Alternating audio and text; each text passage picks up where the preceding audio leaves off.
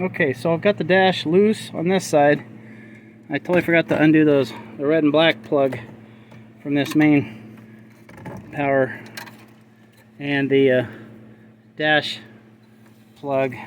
I wish they wouldn't wrap these doggone things in this foam crap. You gotta peel this away and get under the lift tab here to be able to unplug the damn harness. What a pain in the ass that was.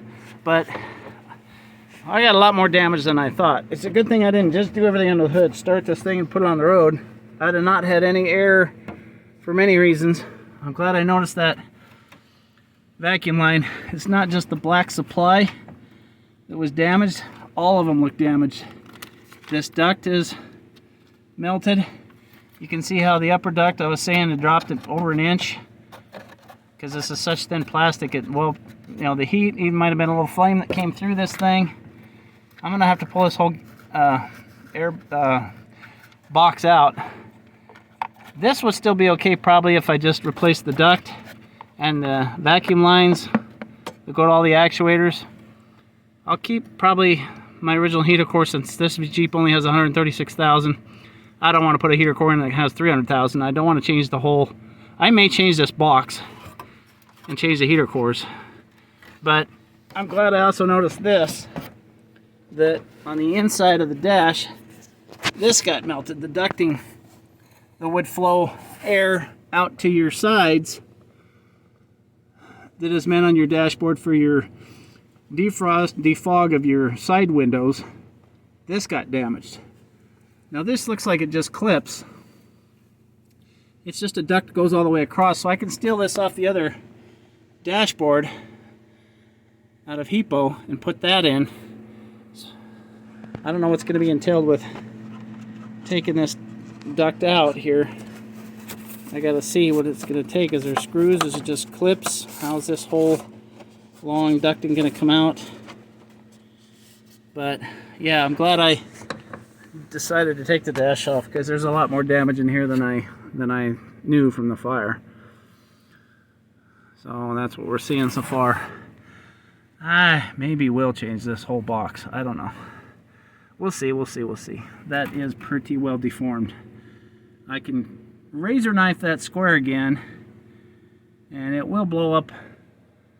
That's what I think blows out and comes to this one that goes to the side windows. The main hole there goes up to the window, so that, just replacing the upper vent duct, will be fine. And this dash I was able to get out leaving the bottom ducts in. So well, that's right. I was talking about the box itself. Taking the box out itself, you got to undo those. Just doing the dash itself, you only have to do this much. But boy, this got really melted. I knew there was some damage, by the way. This looked warped right here. Heat damaged and stuff. But this whole dash does not want to come out because the harness is under there. Loop around and come around and go up into the steering column. So I'd have to disassemble and unplug all the switches for starter, turn signal, all that stuff, feed all the harnessing out of the steering column to be able to get this entire dash out. And that's not going too easy. I don't really want to have to do that. So I'm going to try and just get away with, I don't care about this. This is no big deal. It's the duct underneath this that goes to your, your side, blows up in those, and then comes up through your door panels to here to defrost, defog your side glass. I'll just replace those and see if that'll do. So another good suggestion before you pull a dash out, I got a old piece of carpeting here from when I recarpeted my black Cherokee upside down here to protect the console, because the weight of this coming down, you're going to pull this dash down, as well as you're going to scar up if you leave the covers of your steering wheel cover on. Take the steering wheel covers off. It's only a T15 Torx underneath. And take that off. Now, I thought I could get it out without hurting the bottom one. I left this one up underneath there, and I wished I wouldn't have, because it did hook it, and it broke it, snapped it downward. So I have another one, thank God, but now I've learned another lesson. On Hippo, I did pull this all apart, because I'm pretty much dismantling that Jeep entirely. I thought I could keep that together on this one, but take everything off. That's going to rest hard on the steering column there, but that's metal to metal. That's not going to hurt anything, but be careful. always think about what you're setting something down on. I don't want to scar up this console. So I put this piece of carpet between them, protect the console. You can only move this dash so dang much. It seems tighter in the 95 than in the 93. 93 lifted out no problem, and I was able to swing it way over and put it on the passenger headrest. But this one's giving me more of a fight, which is odd. It's the second one I'm doing. Yeah, a lot more damage than I thought. Okay, so there's a lot more damage than I thought. That's just the duct itself. See that wrinkle from the heat? It definitely melted down in there. Here's the proper one I'm going to put in. But holy crap. So the center section of the window ducts does come out separate. See right here, it will pull out. This is only damages to the middle. So I unscrewed the passenger side. There is a Phillips up underneath there to separate the center section, and that's this one I unscrewed, so this is the passenger one. I only really had to replace the middle piece, but there's a rivet here. It's a plastic rivet, so you have to break that to get it out. But yeah, I got a lot more damage in here than I even had a clue from the fire. Look at that. So this whole insulator, styrofoam, foam and rubber backing, it's a sound deadener and insulator. It's pretty damaged. If I can get that out easy enough, it looks just like it's clips. I'm gonna pull that whole damn thing out of Hypo and replace it, and I'm gonna wire brush this firewall once I get this off. Because the problem with something like this, you don't want to have to own a vehicle, you're driving down the road and forever you smell ash and you smell the damage from burn. So I'm gonna replace everything I can find.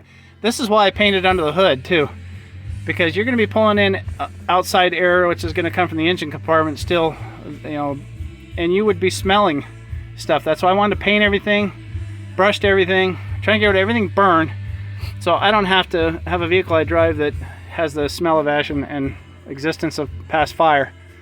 But there's some of my vacuum lines.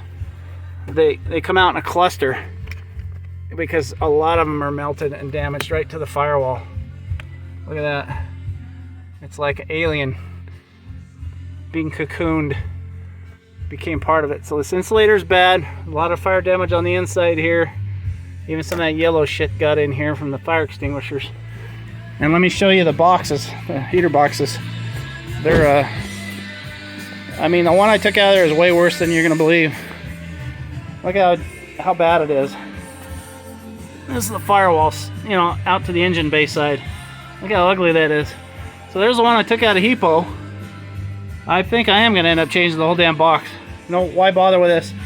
I might just clean up the heater core and swap it to that one. That one looks totally fine, but another thing I saw they did difference is they added to this firewall mount screw right here, they added a ground line over to this strap going over top and holding down the heater core. That's not on the 93. So another difference, but everything's good on this heater box. So yeah, even the inside, the intake, is uglier on this one. Even though I got leaves on this one, I can clean leaves out. It looks better. It's not so nasty. Believe it or not, twice the usage Cherokee than this one at 300,000 miles. But see, the differences between how vehicles get treated. And Hypo was also left out under the trees and shit. It had so much crap in the valance, just like Burn Victim had. But moisture where they're parked, you let your car be getting hit by sprinklers, things you don't normally maybe would even think about, causes damage to your car. You want your car to last, you want to put it in a garage, don't leave it parked under trees, and take care of them.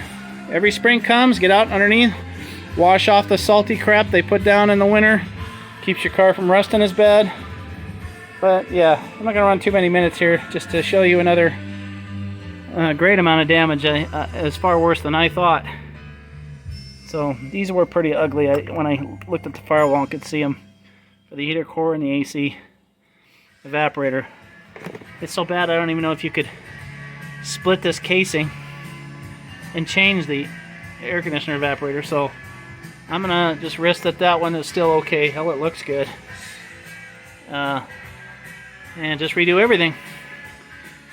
So burn victim is going to have everything replaced in it.